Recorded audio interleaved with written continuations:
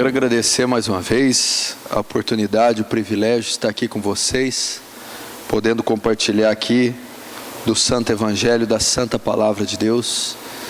Louvar a Deus pela vida dos irmãos que compareceram e daqueles que estão idealizando o projeto. Agradecer o pastor querido que nos contactou e através dele nós podemos estar aqui nessa manhã, neste evento, para pregar, para ensinar os irmãos. Quero que vocês abram rapidamente comigo o Santo Livro, no Evangelho segundo o relato de Marcos.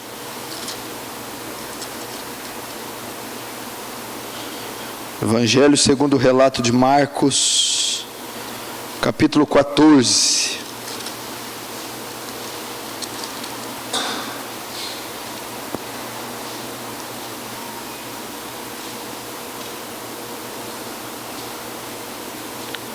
Diz assim, Marcos 14, verso 27. E disse-lhes Jesus: todos vós esta noite vos escandalizareis em mim, porque está escrito: ferirei o pastor e as ovelhas se dispersarão. Ou ferirei o pastor e as ovelhas ficarão dispersas, ou dispersarei o rebanho. Agora, rapidamente comigo, Atos 20. Atos capítulo 20.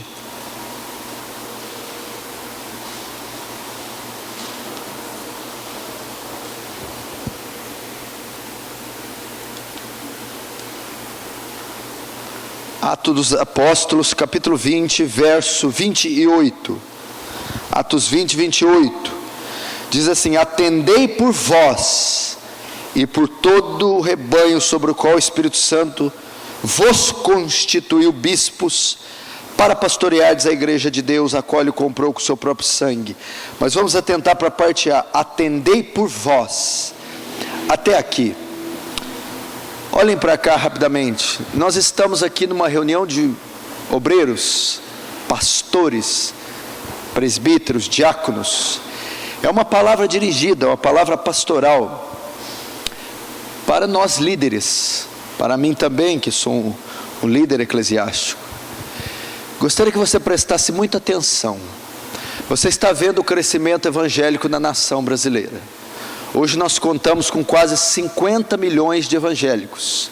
Há uma igreja a cada esquina praticamente, da maioria das cidades do Brasil, ok? Nos últimos 15 anos houve uma explosão evangélica, um crescimento estrondoso, um crescimento suntuoso do movimento evangélico no Brasil. Denominações de todos os tipos, de todas as espécies, de todas as formas, em todos os lugares. Floresceu aí o movimento evangélico emergente, que tomou conta de boa parte do Brasil. Mas você nota que não tem sido um crescimento muito saudável. Tem crescido nesse meio as seitas, tem crescido aí nesse meio um evangelho diluído, desqualificado. Multidões de pessoas que professam ser cristãos vivem vidas como ímpios, vivem vidas que estão em desacordo com a palavra. Então está havendo também, junto com esse crescimento, um movimento, um crescimento apóstata, que não é o santo evangelho de Cristo. E a causa disso, uma das causas, é a liderança. Por quê? Porque a ovelha reflete o seu pastor, a congregação reflete o seu púlpito, e nós estamos vendo uma crise na liderança evangélica brasileira.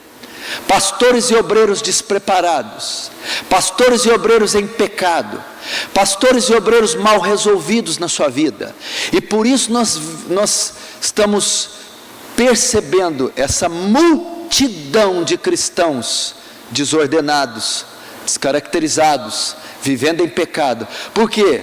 São mal apacentados, mal ensinados, mal liderados. E nós precisamos, não podemos permitir que essa crise na liderança nos alcance você. A Bíblia diz: maior condenação vai haver para os falsos profetas. Tiago diz: não querei todos ser mestres. A Bíblia diz que o julgamento começa pelos mestres, pela casa do Senhor.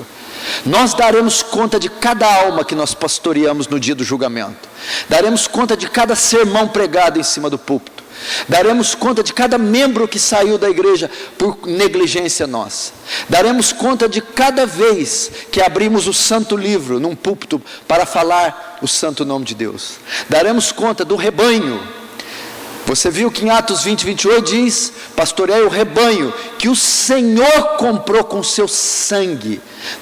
Nós temos que ter a noção que o rebanho é dele. Ele comprou com o sangue dele. A igreja é dele. Não tem nada aqui nosso. Se você respira, está roubando o oxigênio dele, porque é graça. Não ouse tocar no rebanho dele. Não ouse ofender as ovelhas dele. Não ouse tocar no que o sangue dele comprou. Não é nosso. Somos mordomos. Mordomos. Apenas administramos. Não tem um tijolo aqui nosso. Não tem um interruptor aqui nosso. Não tem um fio aqui nosso. É dele. As almas são o bem mais valioso que nós vamos cuidar. Ai de nós se não cuidarmos do rebanho, da casa de Deus. O que você está vendo aí fora não é igreja. São comunidades de lobos, de bodes, liderados por lobos. E está havendo uma crise na liderança. Pastores gananciosos, pastores mal resolvidos financeiramente, endividados, cheio de credores na sua porta, nomes protestados. Tem um ex-gerente do Banco do Brasil em minha igreja. Ele recebeu uma nota antes de sair do banco, agora ele é advogado. O gerente geral das agências de todo o Brasil emitiu uma nota para todas as agências, proibindo a liberação de carta de crédito para pastores, porque é a classe mais caloteira que existe. Isso é uma vergonha. Pastores mal resolvidos financeiramente, gastam mais do que ganham, comprometem seu nome, comprometem sua família, estão endividados até o pescoço, nome sujo. Isso é uma vergonha para o reino de Deus. Deveria ser afastado do cargo. Pastores mal resolvidos conjugalmente, pastores que estão sentando no púlpito, pregando, mas que não dormem no mesmo quarto com a esposa, que há meses não tem relação íntima, ou há anos com a esposa, agridem e violentam a esposa, estão com crises no casamento, e estão pastoreando a igreja, estão evangelizando, pregando, fazendo congresso. Eles não sonham que eles estão em pecado, porque Paulo diz: quem não cuida da própria casa, como é que vai cuidar da igreja? A família do pastor é uma mini igreja. Ela é um arquétipo, ela é um estágio para a igreja. Se eu faço bem na minha casa, eu farei bem na igreja. Se eu não faço bem na minha casa, pode olhar a congregação desse pastor, é uma tristeza. Mal resolvidos conjugalmente, sentimentalmente. Meu querido, o casamento, a família é o bem mais valioso que Deus te deu depois do seu Filho Jesus, depois da salvação. A ordem para os líderes não é cuidar de pecadores, de igreja, disso não. A ordem principal é cuidar da esposa. A Bíblia fala que Deus manda dar a vida pela igreja? Manda não. Manda dar a vida pelo ministério? Não manda não. Manda dar a vida por pecado? Não manda não. Só tem uma pessoa na Bíblia que Deus manda nós darmos a vida: pela esposa. Aí você diz: pastor, nós vivemos num país que não precisa de eu dar a vida para minha esposa. Ninguém nunca, não houve uma oportunidade. Ok, você vive uma vida de quem morreria pela esposa a qualquer momento? Você ama ela o suficiente para dar vida a qualquer momento, mal resolvidos sentimentalmente, mal resolvidos familiarmente. O pastor está pregando, o presbítero, o obreiro, o filho é um ímpio, não sabe abrir o livro de João, fica 12 horas na internet, celular, Facebook e WhatsApp, mexe com droga, fica com as meninas da igreja, filhos rebeldes, incircuncisos. Sabe por quê? Porque o pai nunca evangelizou o próprio filho, porque o pai acha que o fato dele nascer na igreja, ele nasce convertido. Querido, deixa eu te dizer uma coisa, nossos filhos nascem ímpios, condenados. Podemos ser apóstolos, eles nascem ímpios. Eles só se converterão se nós trabalharmos a salvação na vida deles, desenvolver a salvação. Engraçado que o pastor prega no Brasil e no mundo inteiro, evangeliza o Brasil e o mundo inteiro, mas nunca evangelizou os próprios filhos, nunca sentou para ensinar as escrituras, cobrar as escrituras, estimular as escrituras, nunca levou o filho para orar, e ensinou a orar, estimulou a orar. Família dividida, a mãe na cozinha, os filhos no quarto trancado na internet, o pai na frente da televisão, todo mundo brigado um entre outro, lar dividido, pessoas ímpias, mulher rixosa, pastores mal resolvidos na família. Estão pregando, estão dirigindo missões, estão trabalhando dioturnamente, mas o seu lar está dividido. Pecado. Pastores mal resolvidos emocionalmente, pastores com depressão, desejo de suicídio, tomam remédio para dormir, remédio para acordar, tomam remédio para comer, tomam psicotrópicos, antidepressivos, pastores perturbados, ansiosos, nervosos, arrumam tanto trabalho, tanto compromisso, que estão secando, definhando, adoecendo, não dormem, não comem direito, estão envelhecendo, mal resolvidos emocionalmente. Cuide disso, meu pastor, meu querido obreiro.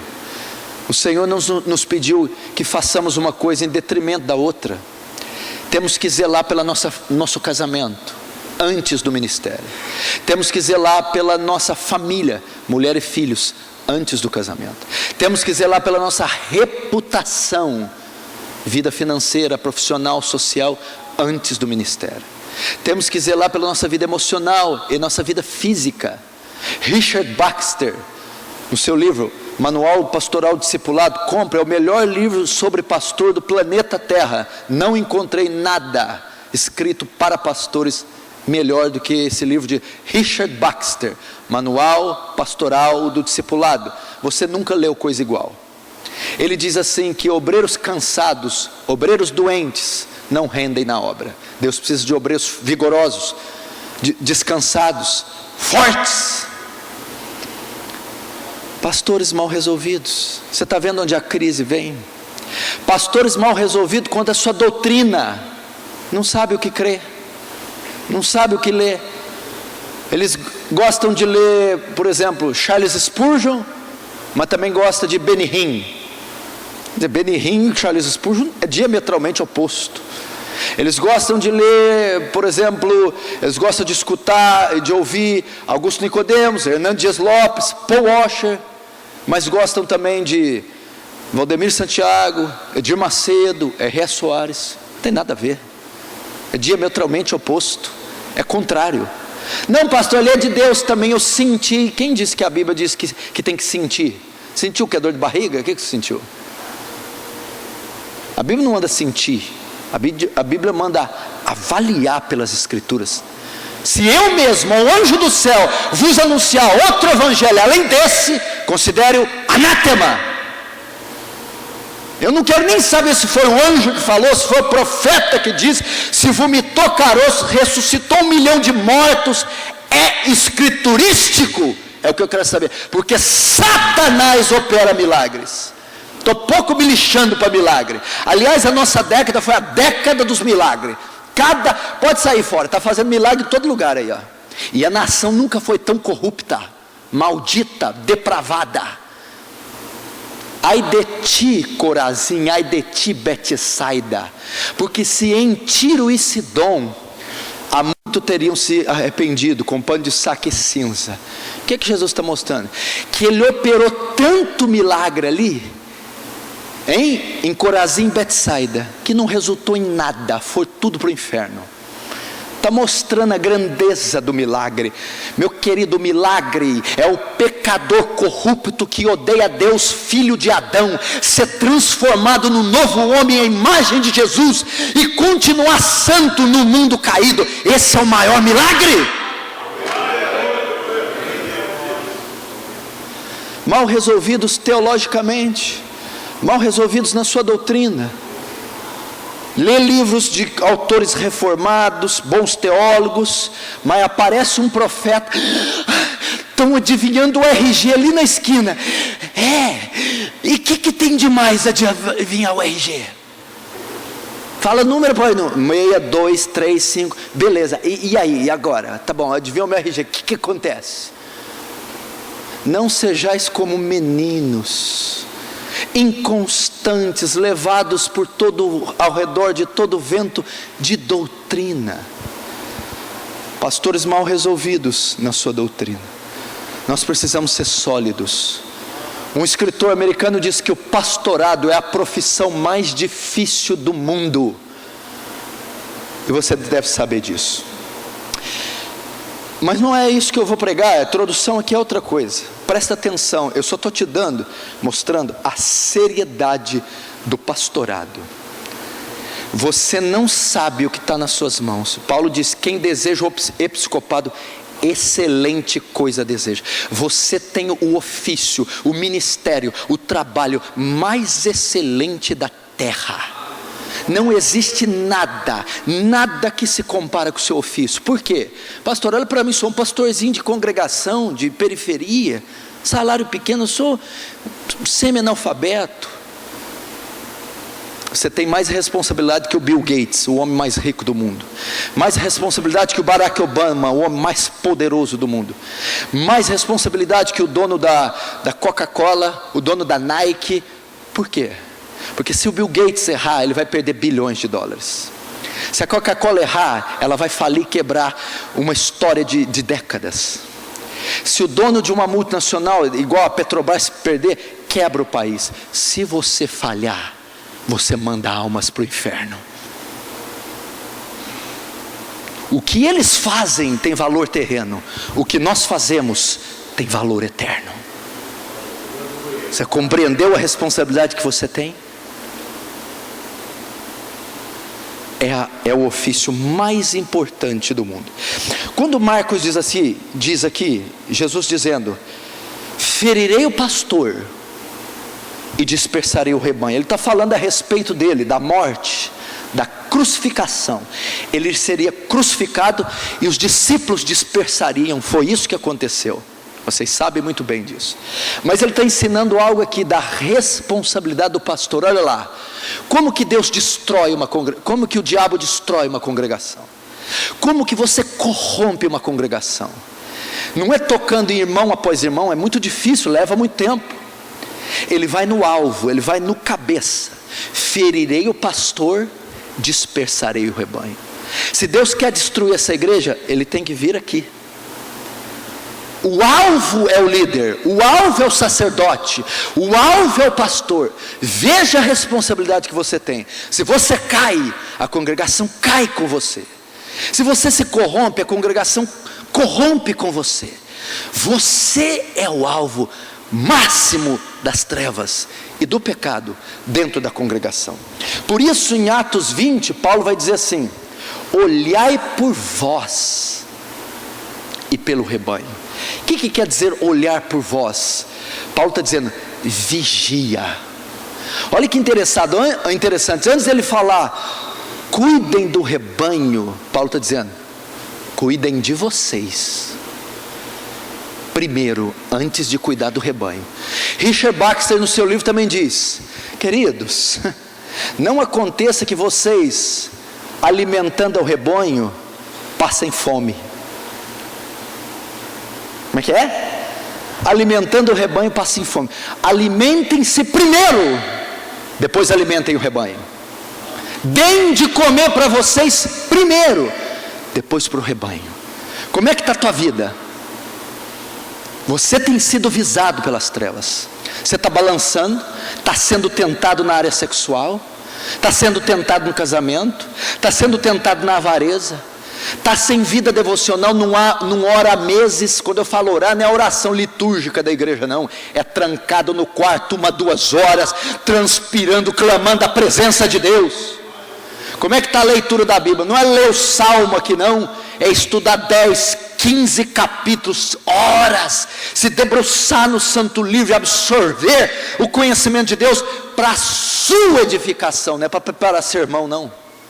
Não é usar a Bíblia só para preparar sermão, é para a sua meditação. Como é que está a sua pureza? Sua pureza. Sabe qual que é a maior joia da igreja? A sua pureza. Nós precisamos de ministros puros. Robert Moore McCheyne, um puritano, diz: um homem santo é uma arma poderosa nas mãos de Deus. Como é que estão teus olhos? Estão puros? Tua mente, o processamento mental, puro. Seu corpo, seus órgãos, puros. Seu coração.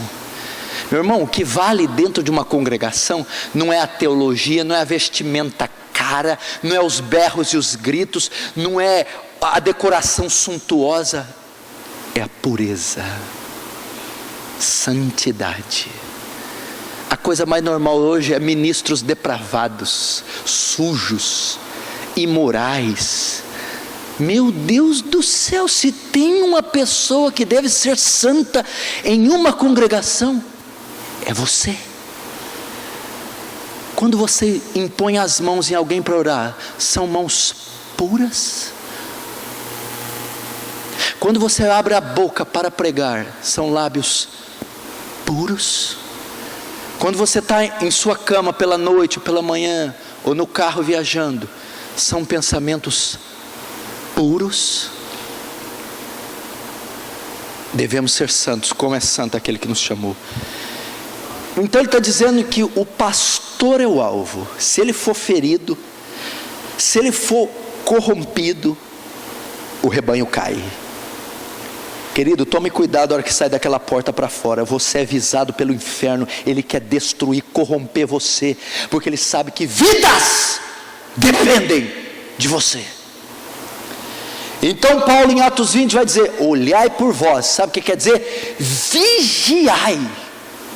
O que é vigiar? Está em estado contínuo de alerta. Tem cada pastor panguão, banana, que deixa a vida me levar, vida leva eu. Vigiar, meu amigo, é saber que tem um campo minado. Cada passo pode ser fatal. Ele está em alerta. Cada som, cada movimento, vigia. Você está num mundo que é semelhante a um campo minado, cheio de armadilhas, demônios e tentações que querem destruir. Vigia. Anda em estado de alerta. Acorda. Vigiar em pelo menos 4 áreas. Eu vou dizer aqui. Primeiro, o ministro deve vigiar em pelo menos 4 áreas que destrói ele: sexo, dinheiro, poder, soberba e família. 5. Primeiro, sexo.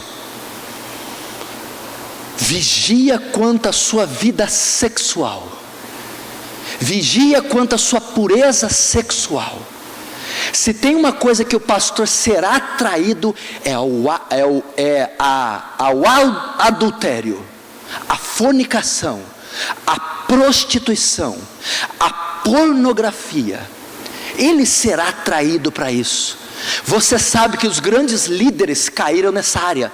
Jim Swaggart, não é novidade para ninguém, ele se declarou, caiu com adultério, não vigiou, foi depravado nessa área. Outro grande líder do Brasil, Caio Fábio, também adultério. Vigia. Lembra de Juízes 16, 1-4? Sansão. E foi Sansão a Gaza e viu ali uma mulher prostituta e entrou a ela. E depois disso aconteceu que se afeiçoou à mulher do vale de Soreque, cujo nome era Dalila, o juiz mais poderoso da Escritura, o homem mais forte fisicamente que já pisou na terra. Sansão, um juiz, um nazireu. O que destruiu Sansão?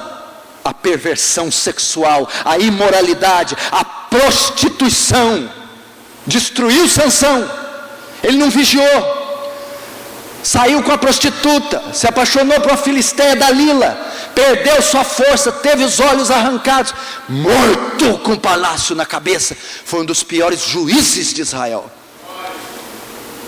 E o outro, Davi. Ah não, pastor, esse não, esse sim. Um homem segundo o coração de Deus, um homem que escreveu o salmo mais popular do universo, o Salmo 23. Davi, cantor, músico, poeta, escritor, monarca, profeta, estadista, líder militar, soldado, guerreiro. Um prostituto, não vigiou, quase põe o reino abaixo. Segundo Samuel 11, 2 e 4. Aconteceu que numa tarde Davi se levantou. Levantou tarde, não estava vigiando, acordou tarde, com preguiça, tarde. Andava passeando no seu terraço. Sabe o que aconteceu? Os homens saíram para a guerra, Davi não foi. Quando você parar de lutar contra a carne, vai cair. Acordou tarde, gordo, preguiçoso. Como era costume dos reis ir para a guerra, ele não foi. Passeando no terraço, o que ele vê? Vê uma mulher que estava se lavando, e ela está muito formosa. Então enviou Davi seus mensageiros e mandou trazê-la, e ela veio, e ele se deitou com ela. Batseba. Vigia quanto à sua vida sexual. Vigia quanto à sua vida sexual. 1 Coríntios 6,18. Fugi da prostituição. 2 Timóteo 2,22. Foge das paixões da sua morticidade.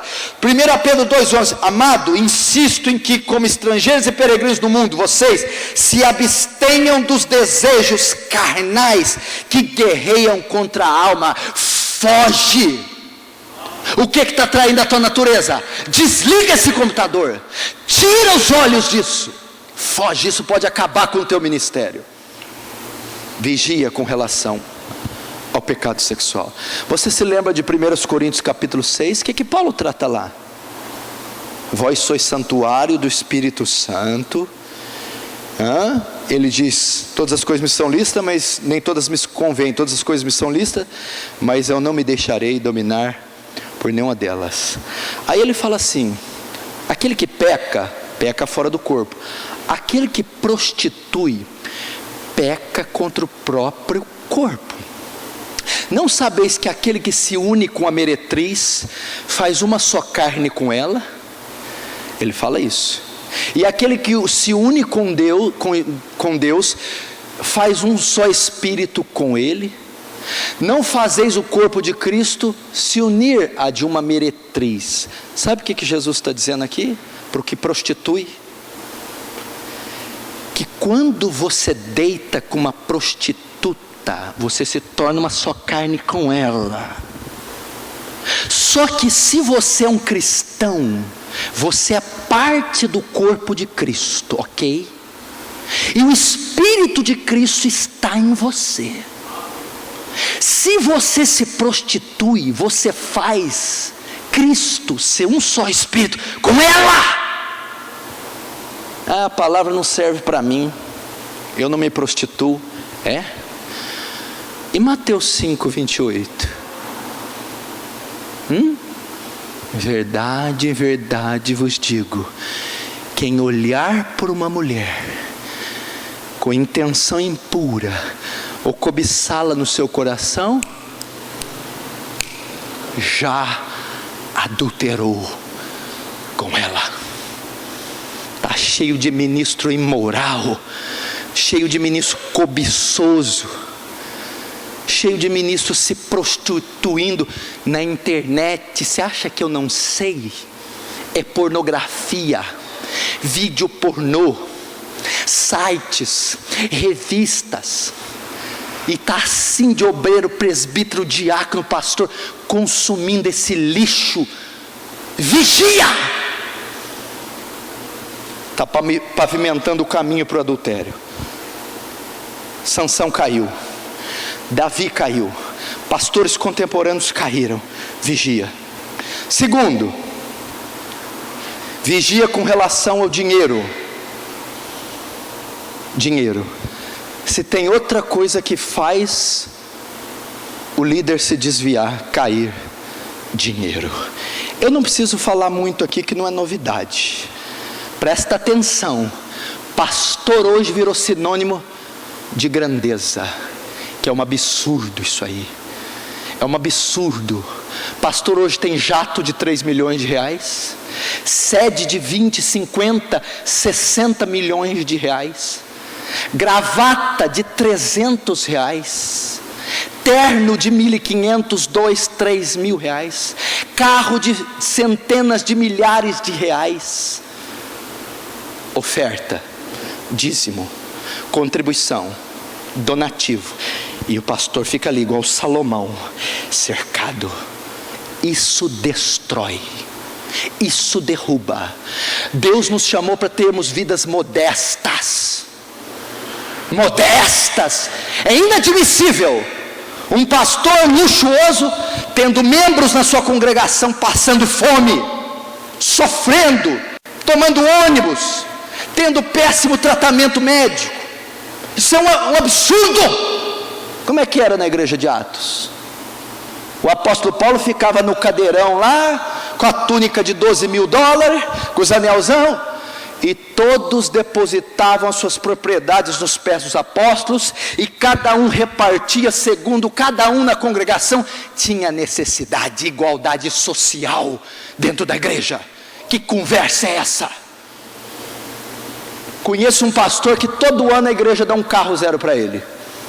Todo ano ele pega o carro zero, vende e distribui para os pobres da igreja. A igreja vai lá e dá de novo o carro zero para ele. Ele vende e distribui para o pobre. Ele falou, eu moro a 40 metros da igreja, eu não preciso de carro, os irmãos me levam, eu tenho um carrinho em Malemar, tá bom. Dinheiro, olha o que diz 2 Reis 5, 15 e 27. Em Geazi, vocês se lembram de Geazi, o moço do profeta Eliseu? Eliseu vai lá e cura quem? Naamã, chefe do exército da Síria. Naamã vai lá com patuá, vai lá com quilos e quilos de oferta. Eliseu, não. Vamos seguir o exemplo de Eliseu? Não, eu não quero. Ok, foi embora. Geazi o moço, não, esse camarada não vai sair daqui com a pele lisinha não, eu quero dinheiro. Aí ele vai lá e diz, então voltou Geazi ao homem de Deus, ele e toda a sua comitiva, chegando-se, pôs-se diante dele e disse, eis que agora sei que em toda a terra não há Deus senão Israel. Agora pois, peço-te, aqui é Naamã, peço-te que aceites uma bênção do teu servo. Porém Eliseu disse, viva o Senhor, em cuja presença estou, que não aceitarei. Insistiu Naamã com Eliseu para que aceitasse, mas ele recusou. Então foi Geazi a alcançar Naamã. E Naamã, vendo que corria atrás dele, desceu do carro a encontrá-lo e disse, vai tudo bem? Ele disse, tudo bem, meu senhor, tudo bem. Meu senhor me mandou dizer, eis que agora mesmo vieram a mim 2 jovens dos filhos dos profetas da montanha de Efraim, dá-lhe pois um talento de prata e 2 mudas de roupas. Portanto a lepra de Naamã se apegará a ti e a tua descendência para sempre. Então saiu diante dele leproso, branco como a neve. Sabe o que aconteceu? A ganância de Geazi. Geazi queria dinheiro. Sabe o que é isso aqui? Naamã, Eliseu fez o milagre, Geazi queria cobrar pelo milagre. Está cheio de pastor cobrando por profecia, cobrando por oração, cobrando por culto, cobrando por evento, cobrando, extorquindo, cobrando, ganância. faz do ministério uma fonte de riqueza, uma fonte de lucro. Sabe o que aconteceu? Caiu o leproso. Maldição! Cuidado com o dinheiro. É uma área que pode derrubar os pastores. Olha o que diz Atos 20:33. Paulo está fazendo um discurso para os presbíteros, é para pastor, em Éfeso. Atos 20:33. De ninguém cobicei a prata, nem o ouro, nem o vestuário. Pastores, obreiros, pregadores, de ninguém cobicei ouro, de ninguém cobicei a prata. Não façamos do ministério um negócio, uma fonte lucrativa. O dinheiro perverte a mente do homem, o dinheiro distorce, o dinheiro derruba ministérios. Olha o que diz 1 Timóteo 6:8, que você conhece de cor salteado. Tendo porém sustento e com que nos cobrimos, estejamos com isso contente. Mas os que querem ser ricos caem em tentação, em laço, em muitas concupiscências loucas e nocivas, que submergem os homens à perdição e ruína, porque o amor ao dinheiro é a raiz de toda espécie de males. E nessa cobiça alguns se desviaram da fé e se transpassaram a si mesmo com muitas dores. Agora olha o adendo. Mas tu, ó homem de Deus, quem que era? Ele estava escrevendo essa carta para quem? Para Timóteo. Timóteo é quem? Um pastor. A carta é o quê? Carta pastoral. Agora ele diz: mas tu, ó homem, mas tu, ó Assembleia de Deus, mas tu, ó presbítero aqui presente, mas tu, ó evangelista, foge dessas coisas, foge da avareza, foge do lucro fácil e segue a justiça, a piedade, a fé, o amor, a paciência e a mansidão. Foge dessas coisas, foge da avareza, foge do dinheiro fácil. É claro que nós vivemos de oferta, contribuição, mas elas são voluntárias, de corações generosos. Deus é que envia seus mantenedores, mas não deve ser esse o nosso desejo. Nós fazemos a obra por amor a Deus, nós pregamos o Evangelho por amor a Deus, nós oramos e jejuamos por amor a Deus, nós saímos às ruas por amor às almas, porque queremos ver bêbados, drogados, prostitutas, salvas e convertidas. Cuidado com o dinheiro. Olha aqui, querido, 1 Timóteo capítulo 3 trata do quê? As condições para o pastor e para o diácono. Tem que obedecer isso aqui. Olha só. E o pastor seja sóbrio, modesto, hospitaleiro, não dado vinho, não violento, não avarento. É prescrição para o presbítero. Ele não pode ser avarento. O que é avarento? Ganancioso. E os diáconos? Agora para os diáconos, que ele, semelhante aos diáconos, sejam respeitáveis, de uma só palavra, não cobiçosos de sórdida ganância. Que negócio é esse, irmão? Temos que ter vida modesta. Meu irmão crente hoje, vocês estão enganados. Pastor, mas nós temos que ser prósperos, nossa sede tem que ser milionária, temos que andar com camisa de grife, gravata cara, carros importados, porque é símbolo de prosperidade. Opa! Erro na sua exegese, na sua hermenêutica. Meu irmão, a prova da bênção no antigo concerto era prosperidade material. Deus, para mostrar que era com Israel, enriquecia, abençoava, prosperava. No novo concerto isso não existe. Jesus teve uma vida modesta, não teve nada. Os apóstolos não tiveram nada. Foram homens simples, homens rudes. Que conversa é essa? Tendo que comer, com que vestir, com isso contentais. A igreja foi sempre a igreja humilde, simples, sofrida, perseguida, mas cheia do Espírito Santo. O verso é essa. Se Deus tem um plano para você te enriquecer, para você sustentar a obra, amém. Se Ele não tem, não busque isso. O símbolo da nossa prosperidade é a nossa piedade. Como mostramos que Deus nos abençoa? Pela nossa pureza, pela eficácia do nosso ministério, pelo Espírito que nos enche diariamente. Temos que ser modestos. Você anda com gravata de R$300 e tem um membro na sua igreja que não tem dente. Vende a tua gravata e coloca dente na boca do teu membro? Anda com um sapato de R$300. Não é assim. Deus nos não chamou para isso. Isso é inadmissível.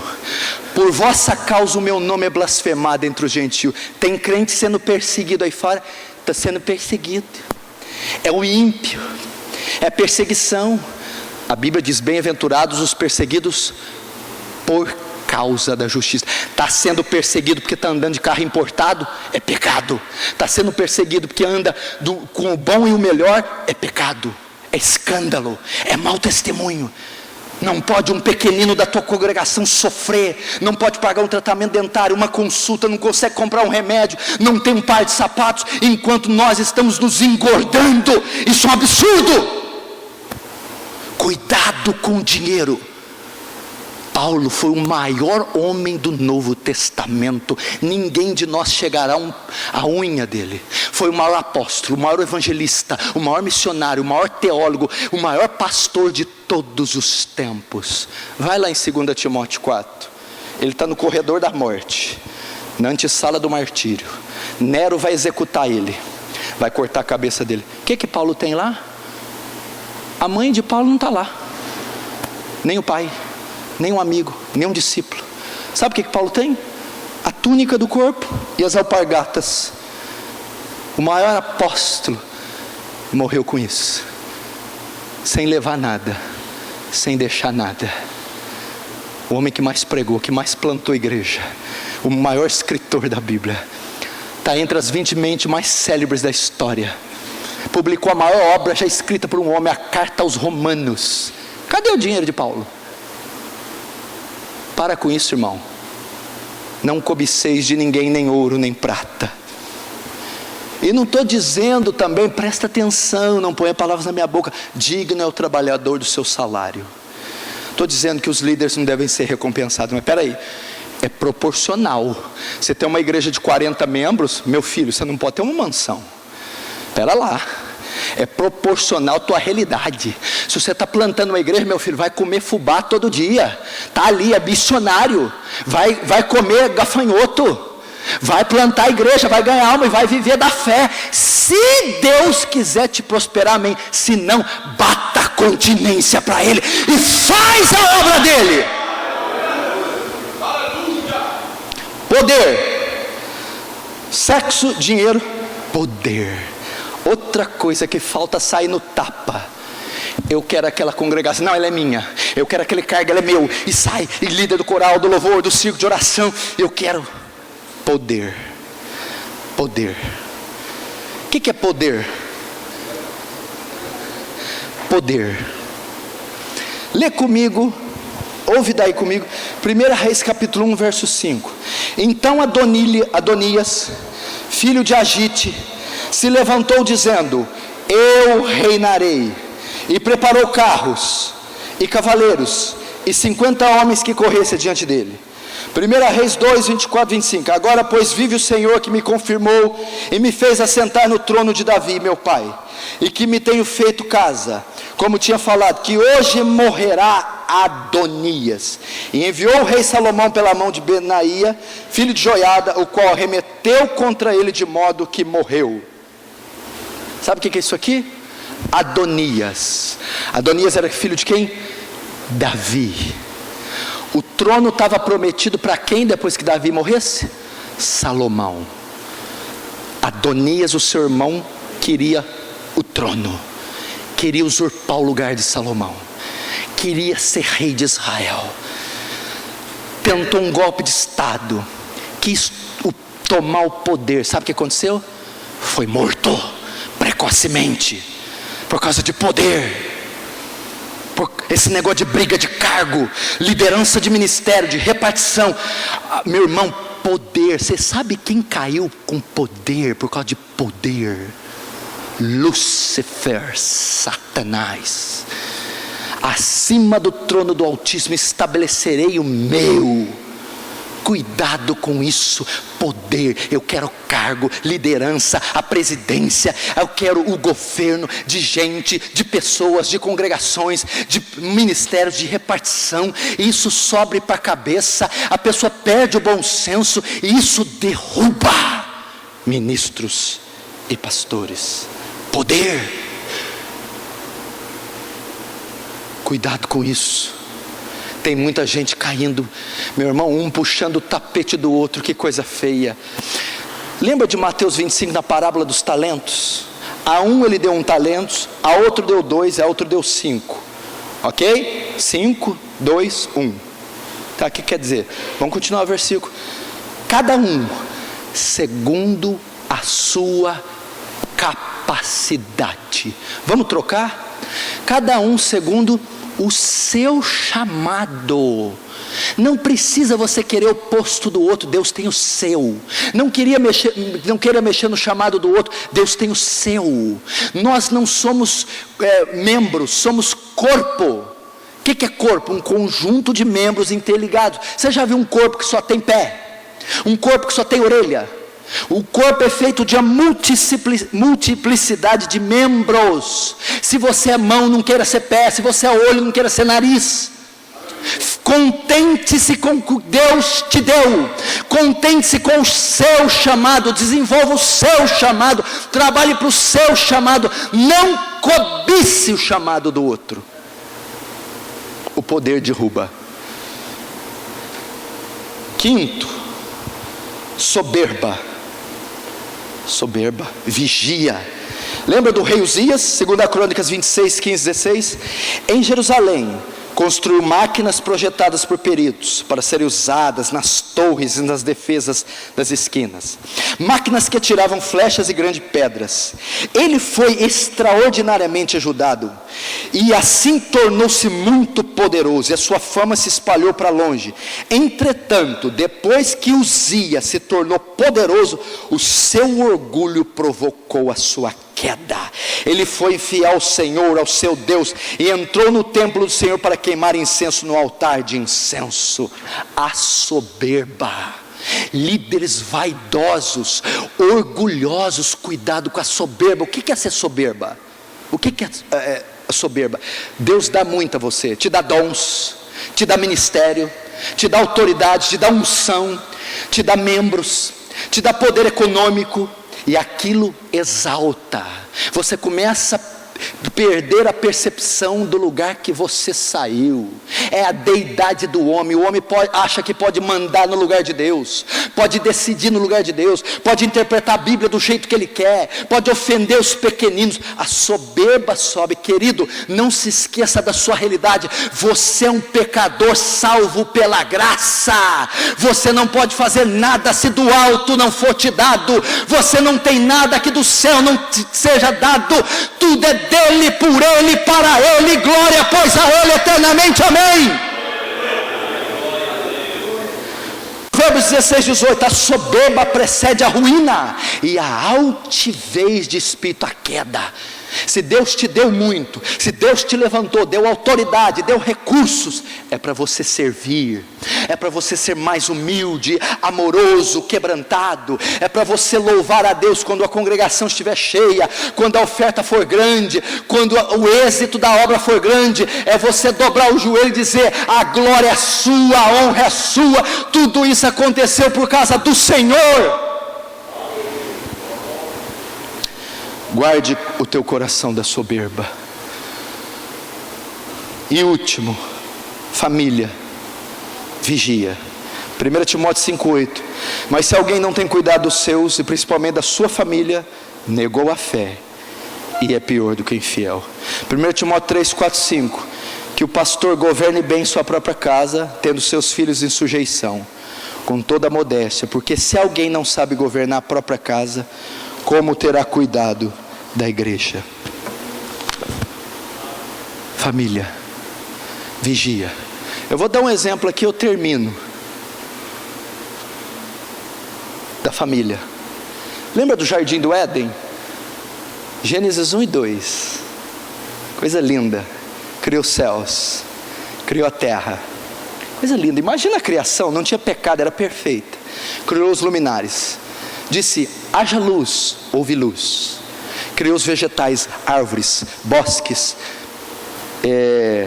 a fauna, a flora, as animalhas do campo, os animais selváticos.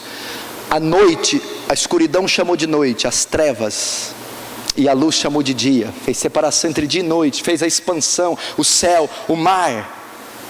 Imagina a criação, que coisa linda. No sexto dia, a obra-prima, a coroa da criação: façamos o homem à imagem e semelhança. E sopra na narina, o homem se tornou alma vivente. Tira da costela, faz Eva. Até o capítulo 2. O paraíso, lindo. Árvores, peixes, pássaros, lindo. Adão e Eva. No capítulo 3 aparece um personagem ali estranho, a serpente. Ela começa a entrar no jardim, sorrateiramente. Quem ela encontra? Eva. O que ela faz?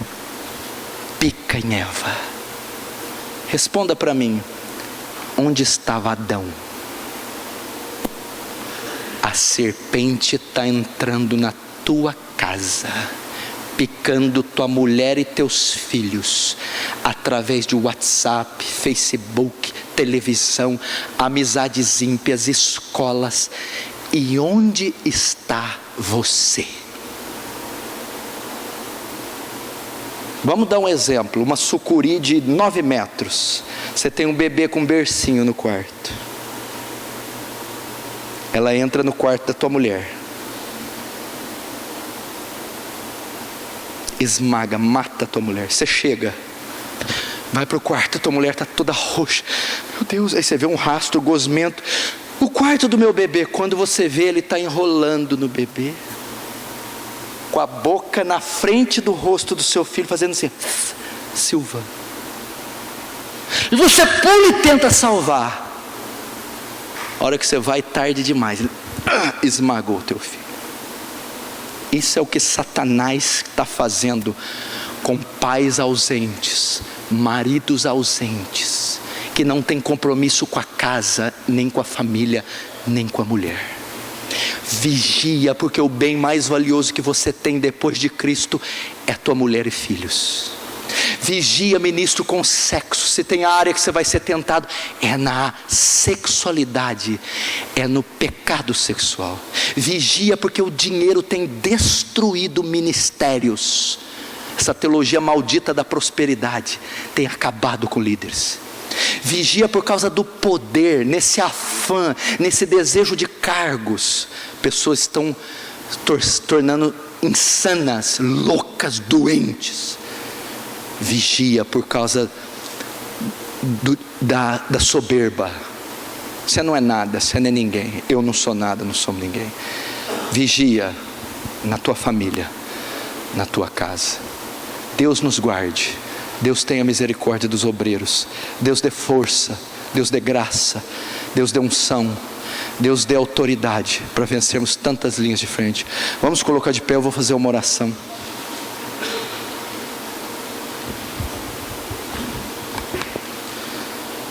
Se você é obreiro, pastor, diácono, presbítero, feche os seus olhos.